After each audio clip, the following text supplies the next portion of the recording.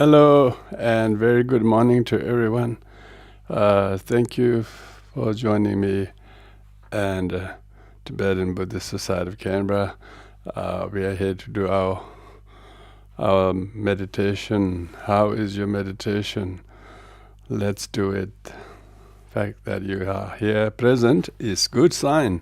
So we'll do short refuge prayer and then we'll sit still.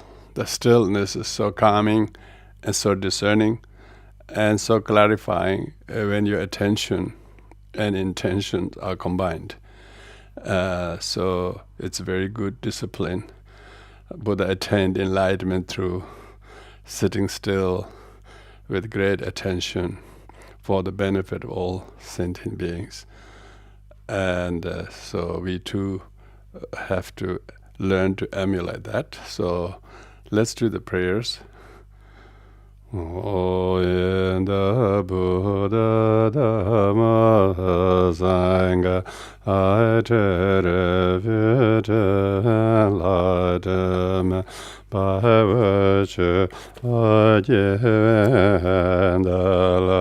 Ajare Buddha Vajrabe Enda Buddha Dhamma Sangha Aitere Vite Enlightenment by virtue Ayevendala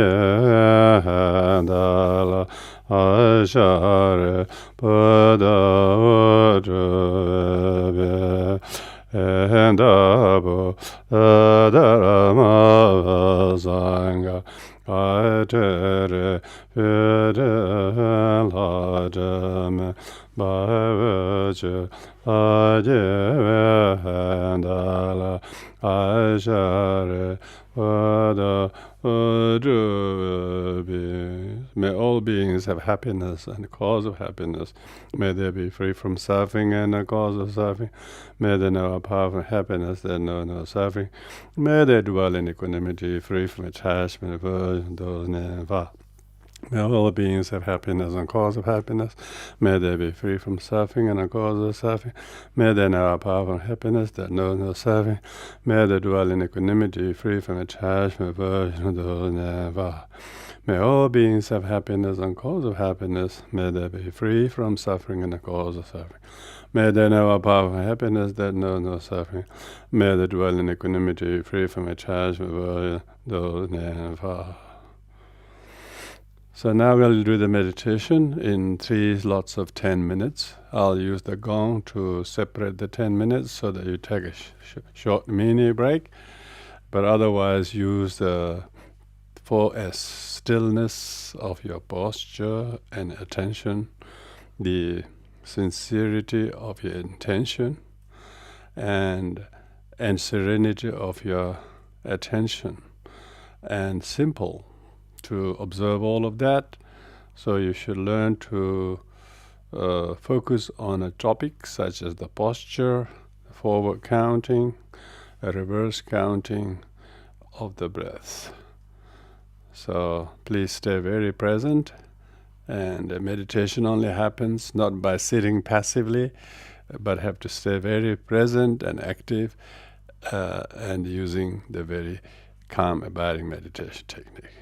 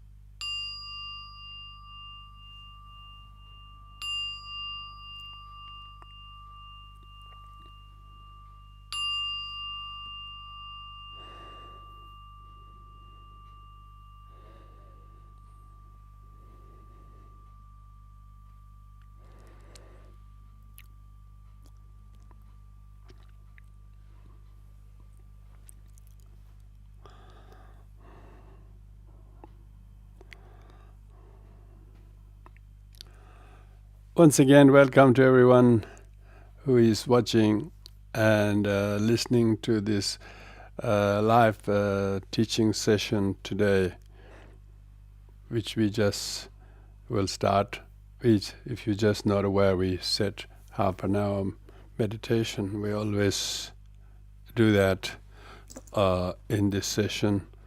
I don't know how many of you are actually able to sit still and be present. Of course, those who are joining us on Zoom, I can see they're all sitting there with me. So thank you for believing in this effort. This is a very old effort of the Buddha. he escaped home so that he can sit still and don't have to do anything, but just sit and achieve many things, because we often engage trying to do many things, but often we get exhausted and have little or no fruit, sometimes even mundane fruit, let alone super mundane fruit. Some people might see that sitting and doing nothing is meditation, because that's what the Zen monks in Tibet argued, that you don't attain enlightenment doing virtuous things and abandoning non-virtuous things. You just attain enlightenment by thinking nothing and emptying the mind.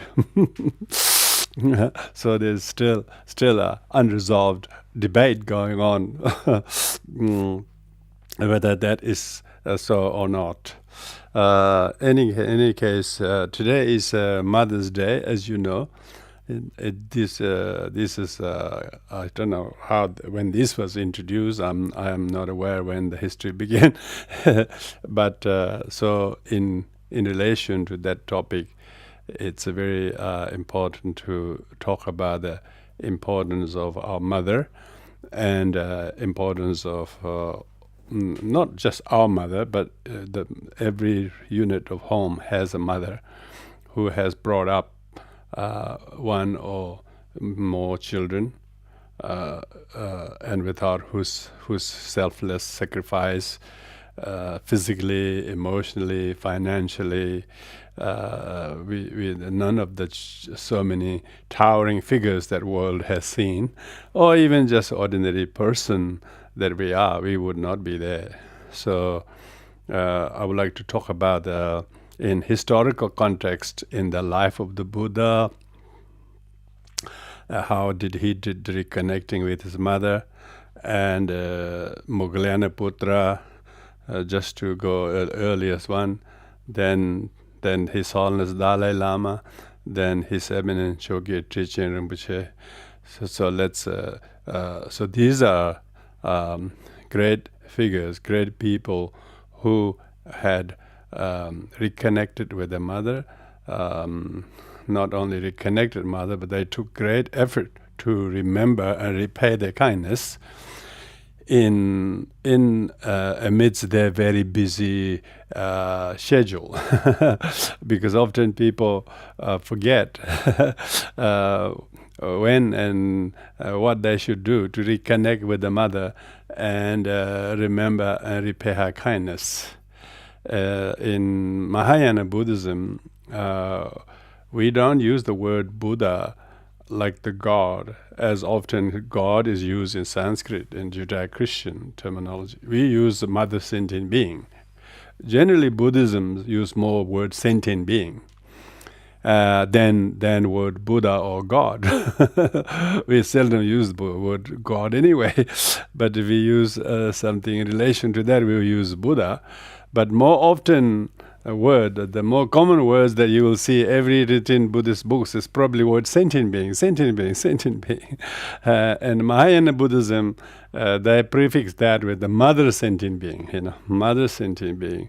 Not only are each and every sentient being important, cause of our refuge, or cause of our bodhicitta, cause of our need to practice generosity, patience, whatever we try to achieve, we cannot make any progress without working with sentient beings.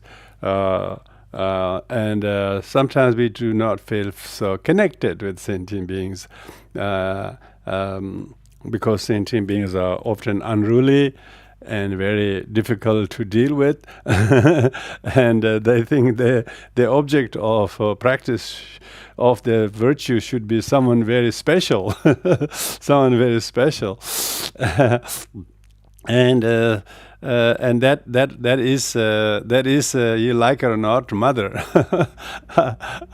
Our mother is in many ways there are very beautiful moments of memory. You can see you couldn't think of anyone but your mother who has been that kind and selfless and generous person, who has brought up, gave, taught, shown, sacrificed everything for us.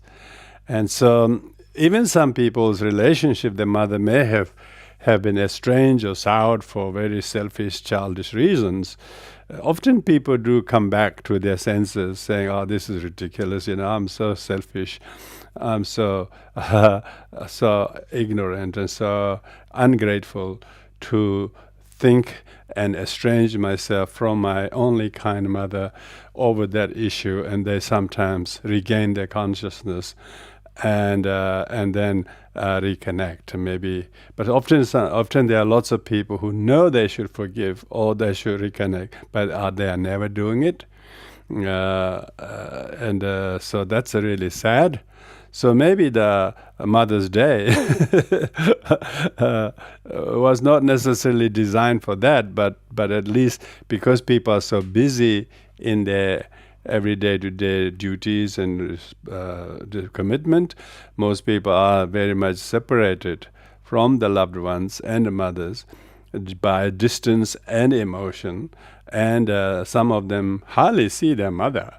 And if people get to see their family at all, it's probably during some time like Christmas, maybe some other times.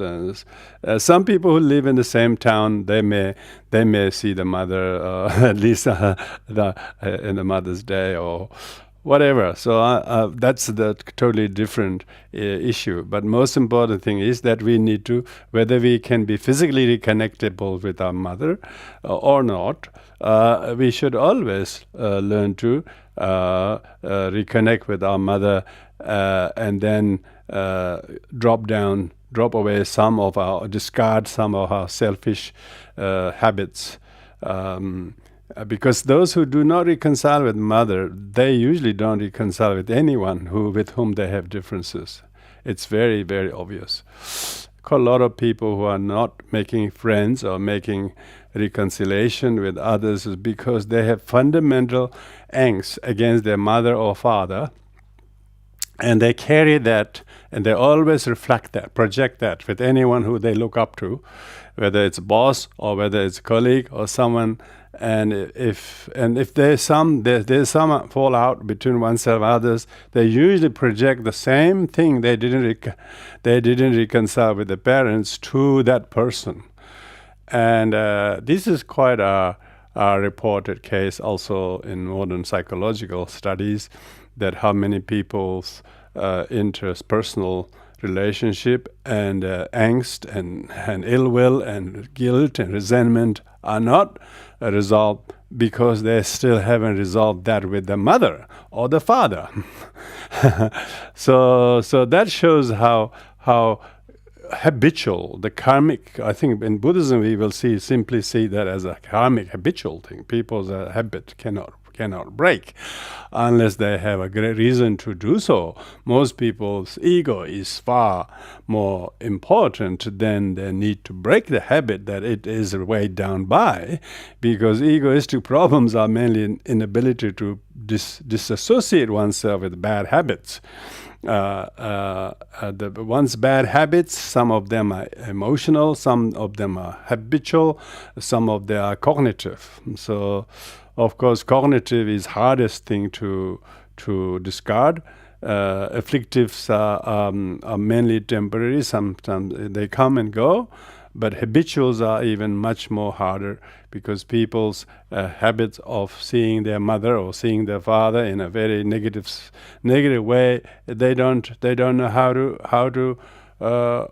remove that. They don't know how to discard that perception. Of course, so therefore, if we look at the life of the Buddha and those people I mentioned, of course, these great beings, we have no reason to doubt they were like us, or some of us whose estrangement from our parents has made us to become very crook and angry, and keeping a big distance from them, and then blaming the other. They are not contacting us. Why should I contacting them? I'm not saying that was the case of the Buddha. But nevertheless, in the life of the Buddha, he lost his mother when he was barely 1 week old. So Buddha did not have much time to be with his mother, except being in her womb, and then she died when he was barely a week old. So, and of course, he always had in the back of his mind that how to repair kindness. And it happened that when he was meditating, and just days before attainment of enlightenment, when he was really emaciated and weak, and merely left with a bag of skeleton in the skin, looking very, very awfully weak and meditating, she was informed. Buddha's mother, Maya Devi, was born in Triyatimsa, in one of the 6 Desirum heavens, and she so of course it is one of the 6 Desirum God. Is relatively good state of rebirth. And she was informed by some busy gods saying, your son has completely deserted your husband and hurt everyone, including his wife and son, and he has neglected everyone, and he didn't fulfill any of the wishes that anyone would have, and he has abandoned. He just gone crazy and disappeared, and now he's about to die of starvation. And you just have a look, look at down there, he was just look at there. So because the gods, Desirum gods, has clairvoyance, so she woke up from her some kind of concentration or something, and then when she looked and she saw the same, because she realized her son was just unrecognizably thin and weak and pale and what do you call, just almost near to death. And so she cried, and it is said that her tears dropped in Buddha's lap,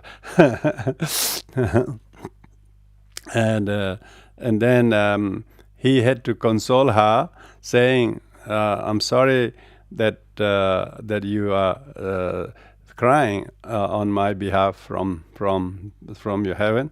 You may think that I am wasting my time doing this, but soon I will taste nectar, and then after that, sometime very soon, I'll come to repay your kindness." And so she was consoled, because she thought he was about to die rather than gain enlightenment. So he said, "I will come and visit you, repay your kindness." So that was of course for Buddha's mother. For Buddha's mother, it's like 37 years since she gave birth to him, and only she heard from him only 37 years later. So that's a long gap.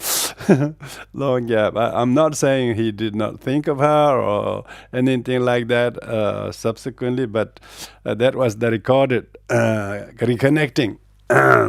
Then later on, after Buddha got enlightened, and a couple of years later, when he was in Shravasti, by that time his ministry of Sangha was already established. He had followers in Magadha and Rajgir and of course Varanasi, and then now he has established this big Sangha in Shravasti at the sponsorship of Anathapindika, and there then one day he took leave. But Buddha actually spent 24 rainy season retreat in Shravasti, but it said he actually spent 24 rather than 25, because one of those was he went, and he says, in retreat up in Trimsa to meet his mother and give teachings. So he went to heaven of 33 realms, and there he taught Abhidharma to his mother. So some people these days attribute the teachings of Abhidharma to Vasubandhu, but that's not true. Vasubandhu is the author of the text called Abhidharma Kosha, but he's not the original teacher talking about the Abhidharma, both metaphysically and as a geography of the world and so on. Because Abhidharma has many fundamental Buddhist topics, not just the Buddhist cosmology. Anyway, so Buddha himself actually took leave, sabbatical leave, if you may call it, from the world for 3 months. Well, it looked like 3 years to most of his disciples in Shravasti. They were missing him. They didn't want him to stay away that long in Trimsa. So Buddha reconnected with his mother and took leave from all his duties from this world for 3 months. And then he taught the Abhidharma, a number of teachings up there. And so that's the story of Buddha reconnecting with his mother, because he took leave. He took leave from his time in the world. Now, I would like to also talk about Moggallanaputra. Moggallanaputra's mother, we don't know. I don't know ins and out of any relationship with him and his mother, but he did not know that his mothers have been reborn in the hell when she was. So, of course, that would be difficult to reconnect, difficult to reconnect with a mother who's born in hell. One would think, he didn't remember that on a Mother's Day, He remembered that he only realized his mother's reborn in hell, but he couldn't tell which hell, and so on. So Buddha helped him to locate his mother in the actual hell, and then Moggallanaputra actually left the world, and he, through his miraculous power, he went to the hell and to liberate his mother from the hell. So it is said.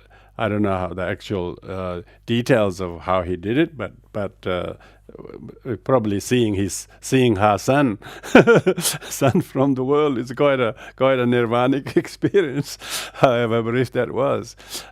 So just being able to briefly see him, coming all the way, usually nobody is able to go to hell to visit their mother, let alone liberate. So that's the Buddhist story.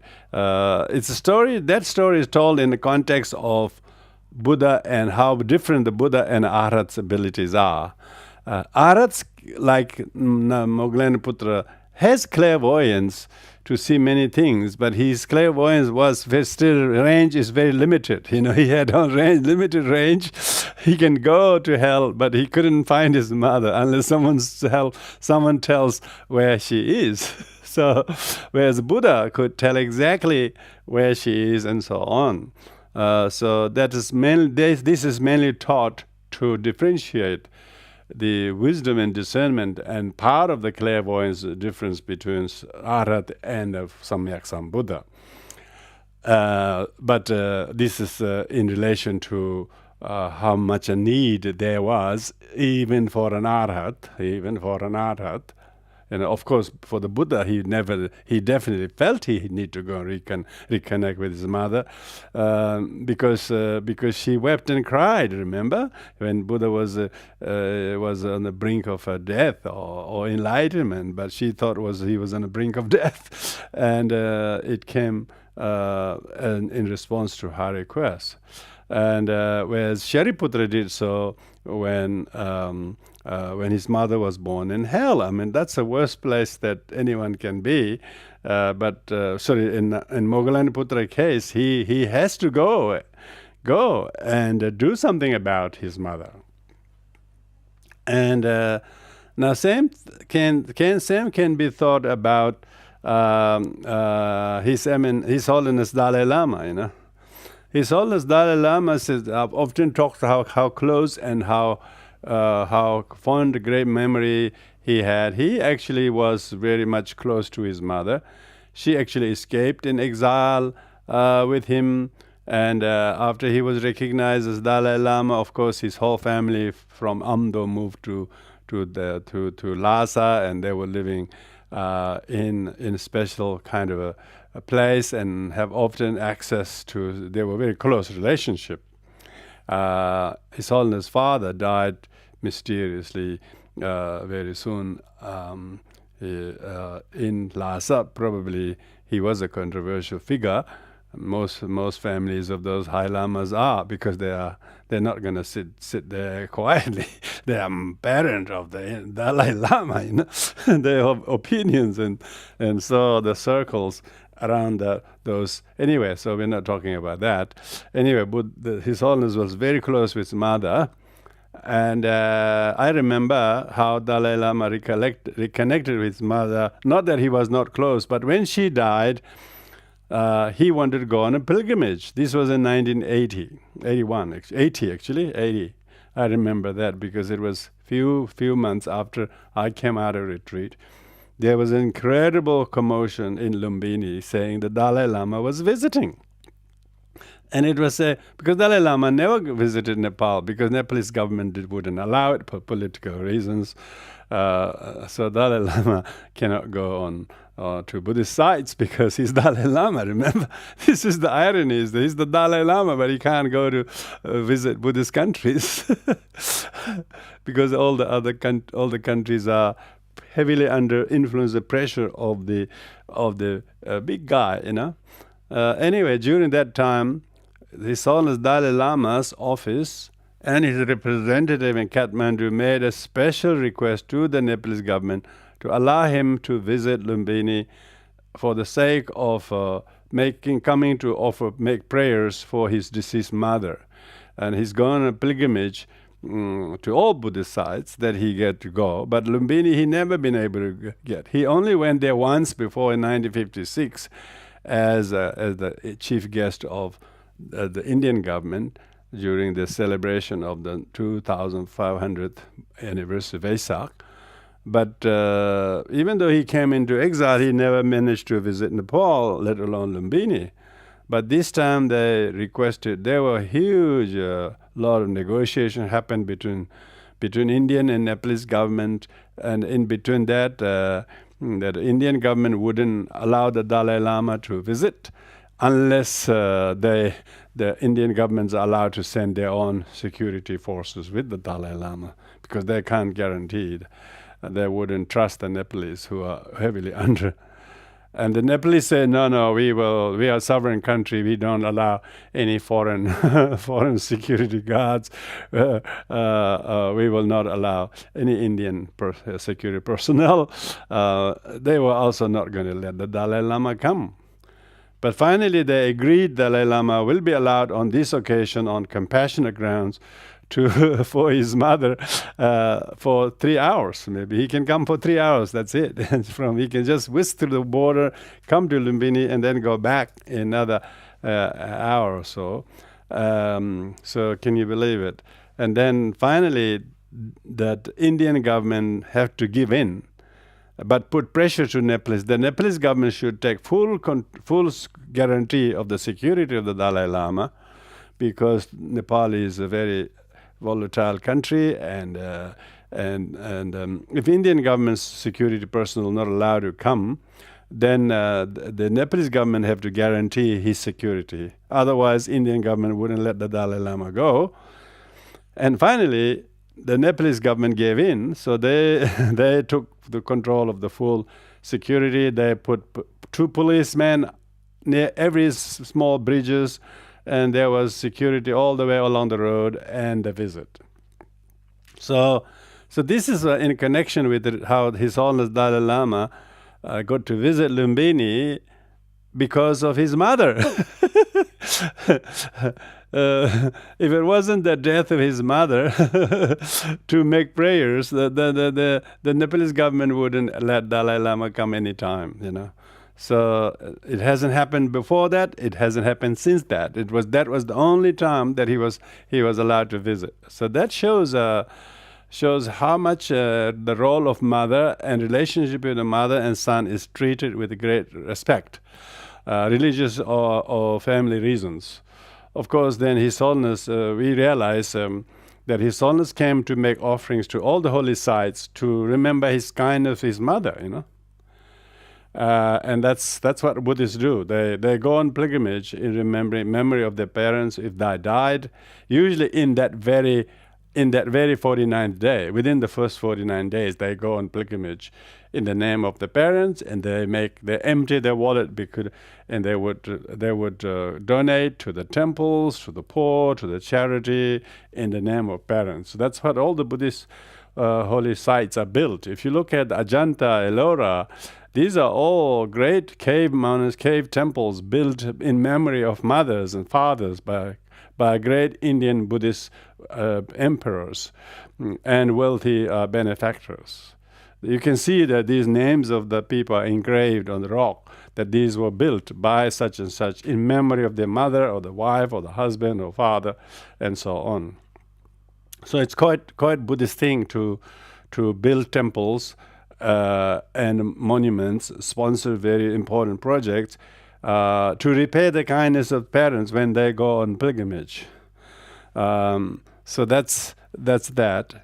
And then in relation to His Eminent Chogyam Trichin Rinpoche, his mother died his mother accompanied him when he escaped from Tibet in 1959, but she died in early 60s, about 63 or 4, in Dharamsala. Or she was with him because his father was not with him. His father probably died many years ago. And he was accompanied by his mother and sister, I mean, someone like His Eminent Chogyam Trichin Rinpoche, even he's a great renunciate, great monk, he still wants his mother and sister with him. So they all escaped, His brothers and other family didn't make it to exile. They were too busy having families and others. So, but when his mother died, I think a few years later, he was able to go to Sri Lanka to attend a World Buddhist Sangha conference to represent the Tibetan government in exile, or His Holiness Dalai Lama more particularly. And there, in his biography, he says he offered a pearl mala that he brought with him from Tibet to the Buddha relic of truth relic in Kandy in memory of his mother, So this is what I'm saying. People do this sort of to in memory of his mother. He gave the very precious pearl mala he brought from Tibet, in memory of his mother. He offered to the Buddha relic in Sri Lanka. This shows that how much reconnecting and remembering our mother's kindness is, and therefore every one of those holy personages, Shakyamuni Buddha, Moggallana Putra, His Holiness Dalai Lama, His Eminent Chogyam Trichin Rinpoche, all of them, you can see how much greatness they emphasize in the need to do something in memory of their mother. So therefore, we even though we are a very ordinary person, but still we all have our mother. When you really look at it, even say your mother is passed away and she no longer is with you, it's never too late. When each of these teachers did what they did, like His Holiness Dalai Lama came to Lumbini after his mother died. He went all the way on the pilgrimage, particularly Lumbini, because his mother is no longer with him. But she still is with him from his own heart, because her kindness and her good qualities of a mother that His Holiness often talks about is no second to none. The real loving kindness, the teaching may have been given by the Buddha, it may be written in the scripture, but is really practiced by someone like his mother. When you have not received the kind of loving kindness from someone like your own mother, you are really orphan. And because he remembers the kindness of his mother, and so the teaching how to practice loving kindness to sentient beings that are near and dear and strangers, and even to the extent of those who hate you, those who mistreat you, the teaching says how to practice loving kindness very eloquently. But if you have not shown loving kindness by someone as much as your mother has, how would you know what loving kindness is? So that's why it's really important to reconnect our early days as an infant, helpless infant who could perish if we were not picked up by her, fed by her, clothed by her, kept warm by her, protected from the danger by her. We would have easily perished. So therefore, it's very important that how can we reconnect with the parent. If your mother is alive, of course you want to reconnect her to say I love you or thank you or give something to her, do something for her with love and tenderness and care. And because when we are taught to practice loving kindness is the cream of the teaching. Is the kind of butter from the churning of the milk of the Dharma is to practice loving kindness to sentient beings. But we are not quite in the mood to practice random loving kindness to anyone,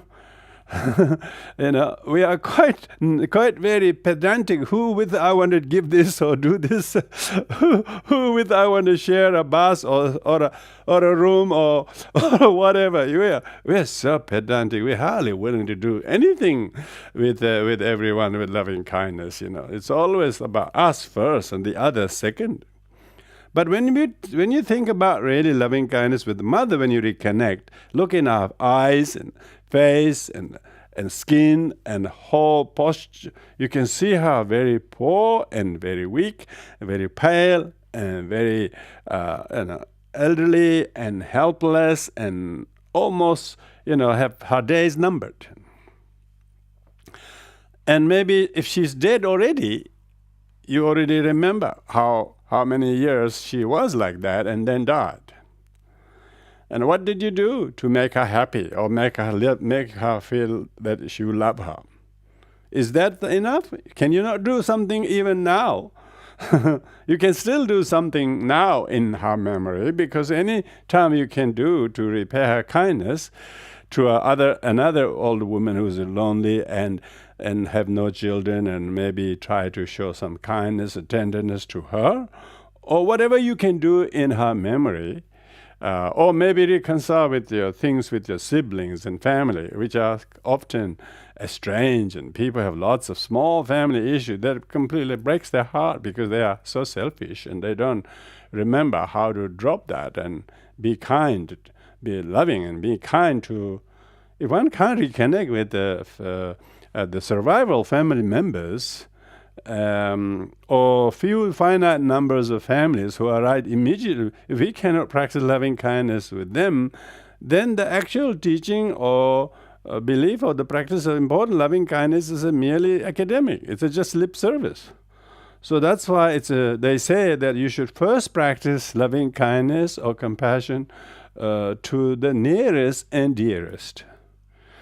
And that nearest and dearest usually is one's parents, father or the mother. Usually mother is mentioned first because she has given us the body. Whether we like it or not, our body is through sweat and tear of hers. You look like her. You probably have many characteristics of her. Your accent may look same. Your nose may look same. And so to not to remember her and being able to do something in her memory will delight the heaven. Will delight the world. Will make you feel happy. People are happy if they're generous, but people are generous only if they have someone generous too. Now, if you can't practice generosity to someone like mother, you are doomed. So, people who are miserable are usually really like that. Their relationship with mother is so bad or non-existent. And no wonder they look pale and empty and almost like dried. Because they aren't loving and warm towards even their mother, let alone with others. Some people may have few people with whom they are really loving and caring and so on. But the very primary person who have given their biological body an emotional characteristic or any knowledge that you have or all those things, everything that we have and we are our gift, our sweat and tear. And so that's why in the teachings, when they promote to practice loving kindness, they say first we should try to do that with our mother, recognize who she is, what she is, where she is now, where she is not now, maybe she's passed away, but still your love for her is undiminishingly strong. And so, therefore, what can you do to repay her kindness? This is what it's talking about. This made people like His Holiness Dalai Lama and His Eminence Chogyam Trungpa Rinpoche to give away his pearl garland, or travel all the way out of India, which is very safe, to a very hostile country, not so hostile, but a country that weren't willing to allow him to come. Because he's a Buddhist monk, most highly revered Buddhist monk, and not allowed to come to the birthplace of Buddha. Can you believe that? You know? Yet he was risking to travel across that place because his mother passed away. This is the example of reconnecting with mother, how important it is to those luminaries. And there is no less importance to us to reconnect with our mother and do something for her, to her if she's alive, for her if she's not with us, but still to do in her memory. All those great Buddhist temples, like Ajanta and Ellora, were built after the passing away of the mother and the father by their beloved children. You know, you can see the rock carvings. They say that they built those temples in memory of their gratitude to the mother, gratitude to the father. These days, people are hardly willing to do much. They all talk about how good a holiday they want to go on a cruise or something, spend $12,000 for a couple of weeks, and they have no hesitation to do that. But when it comes to doing something for the parents, maybe people are owing and arming. Maybe they no longer believe doing anything in them anyway. So people become. People have a bit more money in their pocket, but miserable because they don't have anyone they still love in the mind. Like the mother may be not with us physically, but one still remembers her kindness and generosity and so on. And therefore one continue to try to emulate some of her good legacy, and therefore try to practice that with another mother who has no children. You know, some mothers have, some women got no children. And you can see they're very, very, of course people with children have many highs and lows, but still they have children always. But those who have no children, those who have no one who call them mother, they feel looks pretty lonely because they haven't. So being a mother is a center of a family where everybody brings the good, shares the good stories, and also bring the good gifts. So therefore, reconnecting with the mother is a humanly very necessary, not just once a year, but as frequently as possible. And I'm sure there are some people whose relationship with your mother has been kept very good, and even though they live interstate or even other country, they are constantly calling each other, talking to each other. These days, you can call Facebook them, you can live call them. You don't even have to. You don't have to. You can see them on Zoom like this or on various devices as frequently as you want. You don't have to be feel geographically distance, and it's not because like in the 80s and 90s, before the smartphone came, you wouldn't believe how costly it is to call someone on the other side of the world. But these days, it doesn't cost anything to call them in many of the devices, because your phone has all those devices. So we are much easier to reconnect as regularly possible, because you remember, it's one thing is us needing to reconnect, another is how much she appreciates, how much your mother appreciates that. Now, this is just mother is just an example, but we need to reconnect with every other sentient beings, because when they say mother sentient being, that every other sentient beings are also unremembered, unrecognized past life mothers. This is very Mahayana Buddhist teachings. Whenever you remember, oh, this must be one of my past life mothers, with whom I have many unfinished karma left. So, maybe it's good that I tolerate, maybe I let go, be patient. If you do that, it really changes you straight away. So you can reconnect yourself with past life mothers. You don't have to always see the face of your present life mother. You're seeing face of all the past life mothers anyway. So you don't have to be too specific about a finite mother. You can every other person that you're dealing with is one of your past life mothers, or this life, this or that, and if some people who are almost having a little bit of distance from their immediate family right now, but only months ago they were very close, very loving, and maybe these days we have a little thing, but we need to be very kind to ourselves, not being too rigid and too dictatorial or too judgmental, and to respect the individuality.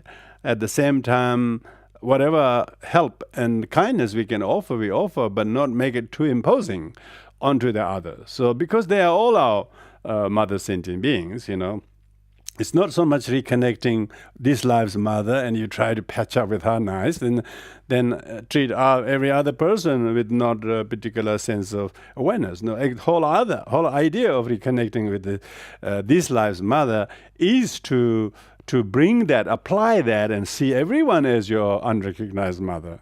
Because people are quite unwilling to talk to their mother when their relationship has soured, So we are so stupid and so selfish that even with the one and only mother, we don't want to give in due to our rigidity. And we are doing that same with other mother sentient beings. So exactly as I said, people who have not reconciled with the mother, they don't seem to reconcile with anybody else, because that habit is so difficult to destroy and discard.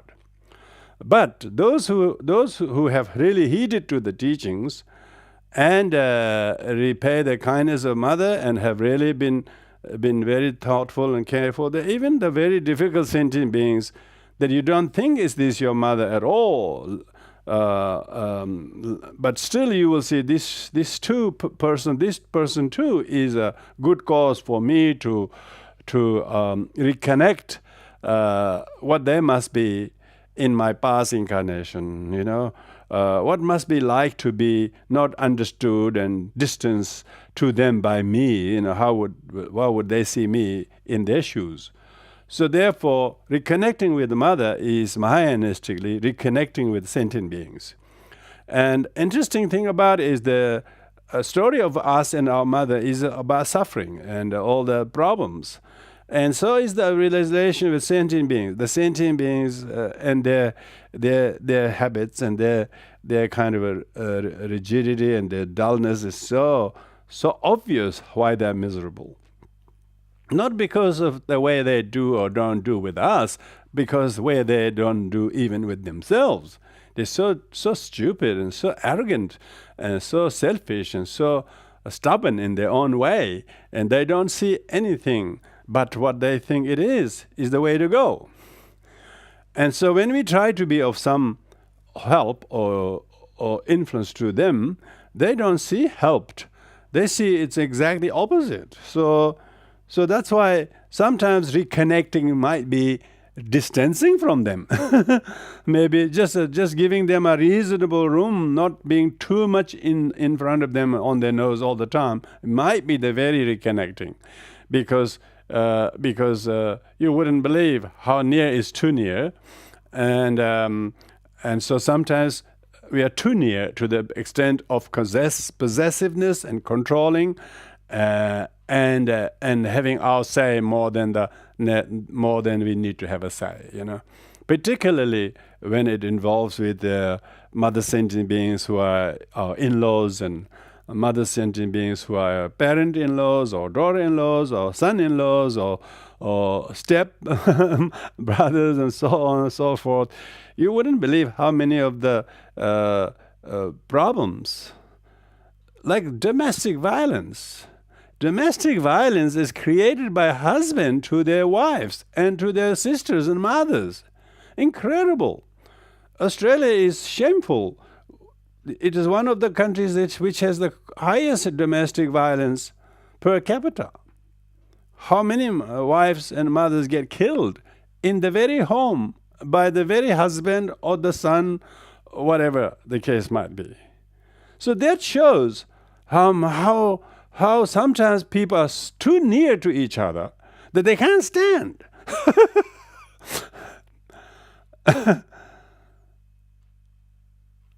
And so that's why sometimes we need to learn to give the space that we deserve, they deserve, and how much is loving kindness, how much is control. We think it's our loving kindness, but others do not think it's like a control or busybody or imposing or possessiveness, and this therefore creates the suffering of domestic disharmony. Of course, the domestic disharmony is caused by the selfish individuals in the unit of the families, where their closeness is becoming more of a problem than of a benefit to each other. And too much closeness to each other has almost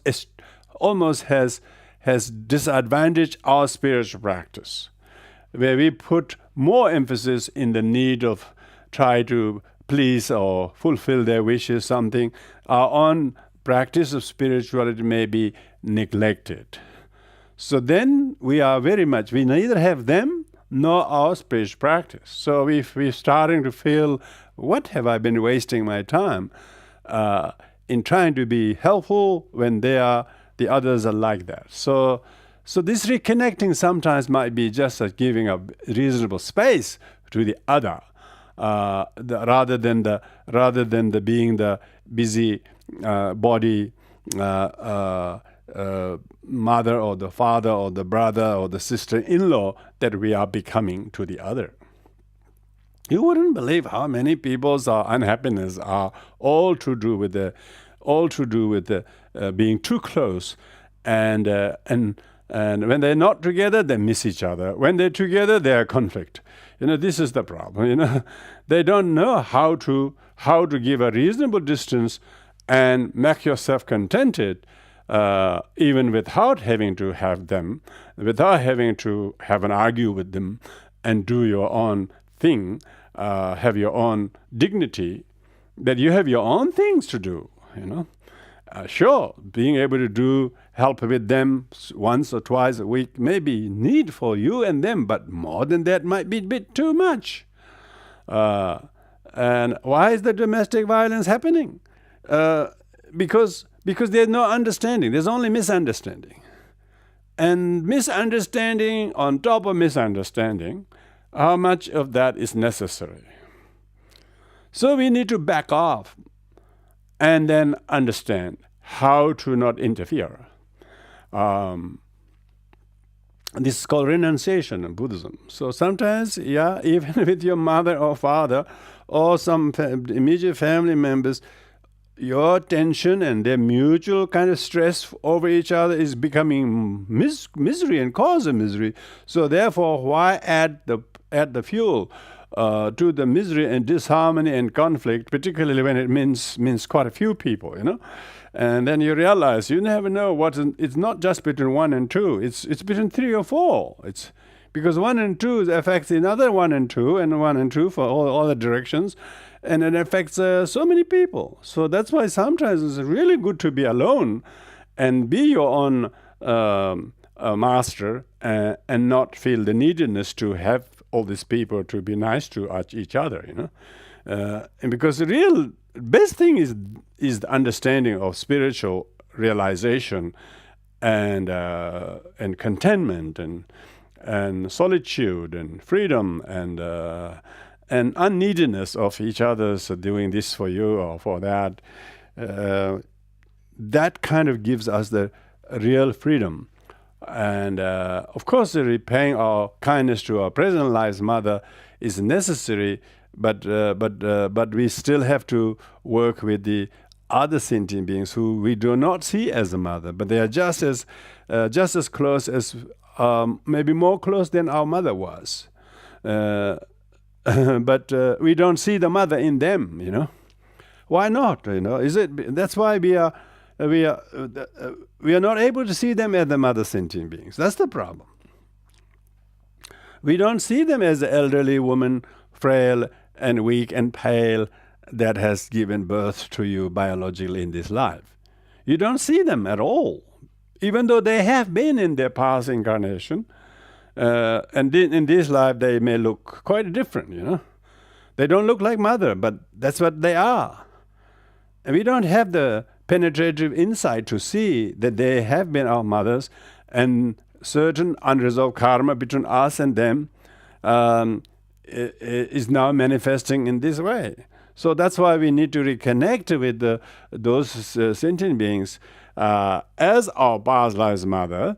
However good and positive our relationship with the present mother is, and we are doing our best and so on, but still, how is our conflict in relation to certain members of family or others in your life? How are you coping with them? Are you seeing them as unrecognized past lives mothers and try to reconcile with them out of compassion, out of tolerance, out of wisdom, and so on? If you have that, then of course we are definitely heeding to the teachings in our everyday life, not just on Mother's Day in May the 11th.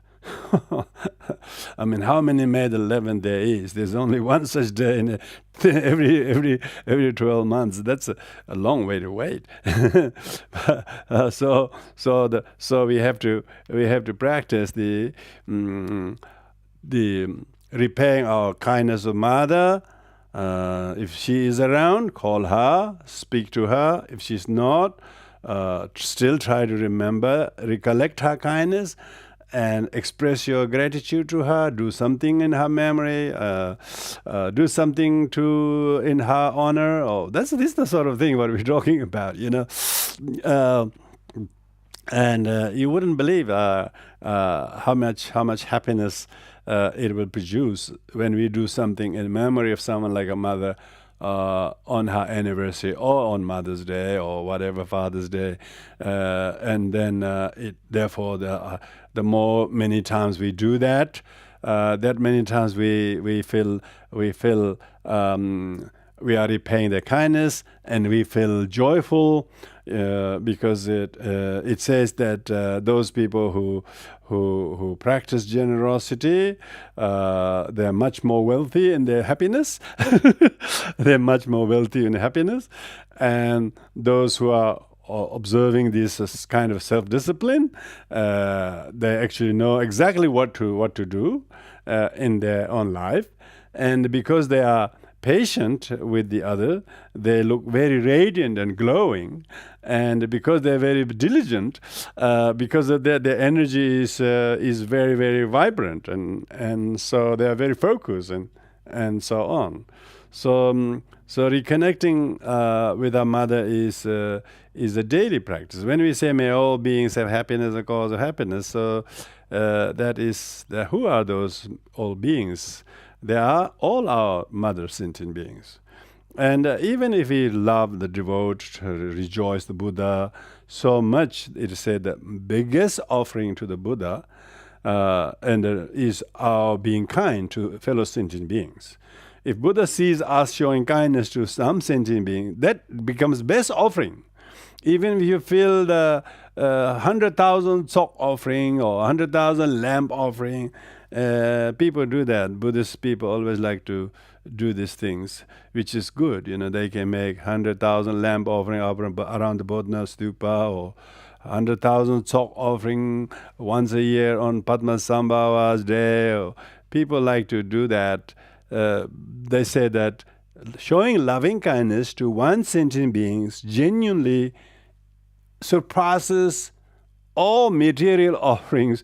Even if you feel the whole universe that multiplies the same as atoms, you feel all of those universe, which all such riches and lamps and food, they would not match even the small portion of the merit of showing true loving kindness to the sentient beings. And of course, there is no sentient beings who is not our mother. It's just, if we can start with our nearest and dearest, like our mothers, then of course that is actually Buddhas are pleased. Why? Because we are stopping ill will, resentment, and those who do loving kindness, they will not do ill will. If they do loving kindness to one, they will starting to evict any sentiment of ill will, resentment towards anyone, and then that will bring the true joy and happiness, and that is what delights the Buddha. And then that actually brings the joy in the sentient beings themselves. And of course, Buddhas are teaching not for the sake of teaching so that sentient beings know how to do and change their way, change the manner from bad ways to good ways, and therefore being, so instead of alienated and being distancing and being cold towards each other, is just being cold towards each other. Is one is cold towards each other, does it mean the other one has to be just cold? Just both are double demerit. If one is cold towards us, we have to do the exactly opposite. We have to warm. We have to be warm to change it. We have to change it. We believe in change. We have to make impermanent. We should be unlike them. If they are cruel and rigid and mean and ungenerous, we should be exactly opposite. So that is the real practice of loving kindness. Practice loving kindness is to unsit the ill will in the other person and in yourself through your good action. And this conscious act or habit is what delights the Buddhas. That's the conversation between Maitreya and Manjushri. What is the one Dharma that we should learn? If there's one Dharma we should learn, what is that? They said that is that calm abiding? They said no. Is that a special insight? There's no. And these are just all means, These are only means to. What is that one thing? That is loving kindness. Even to practice compassion or bodhicitta or loving kindness is for the purpose of enabling us to show loving kindness. So that's why showing loving kindness, meditation and practice and habit towards mother sentient beings could not be more poignant point to remind us all than on Mother's Day.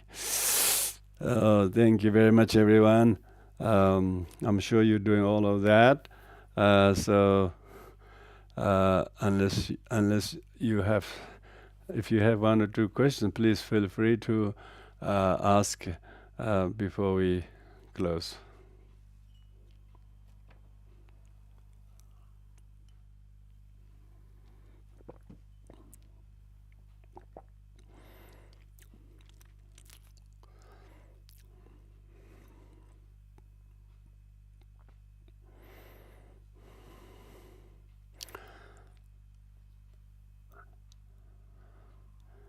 Okay, everyone, thank you. We will conclude here with the dedication of merits, everyone. Om Bade Mere Me Varaganda Deva Menzege Honese Me Ale Berada Birandi Oshana Badore Sinede Hereda Mahayana Dije Odeva Merera Meho Vivekajana Truhoda Mahayana Dije Kareja Manju Shinyavode Asamanda Badrajilava Following over Zambo Ajade Dege Odimere Mede Hexelem Bodi Jida Tebe Vere Nayeranzo Where has been Bomering freely with the generation.